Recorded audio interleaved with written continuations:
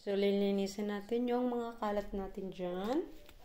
Kasi nga, naglagay tayo ng Christmas tree. Ayan. Tingnan natin. Yan yung kalat namin ng asawa ko. Tinulungan niya ako mag-decorate ng Christmas tree. Yan. Tapos dyan, naglagay din siya ng Christmas na ilaw. Ayan, may ilaw yan siya, guys.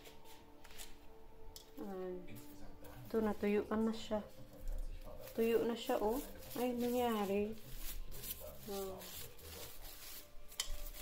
Tatanggalan natin yan at mag-ano tayo.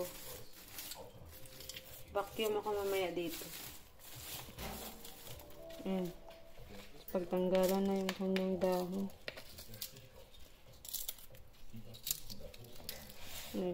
Mag-vacuum tayo mamaya dyan. Okay. Dito lang.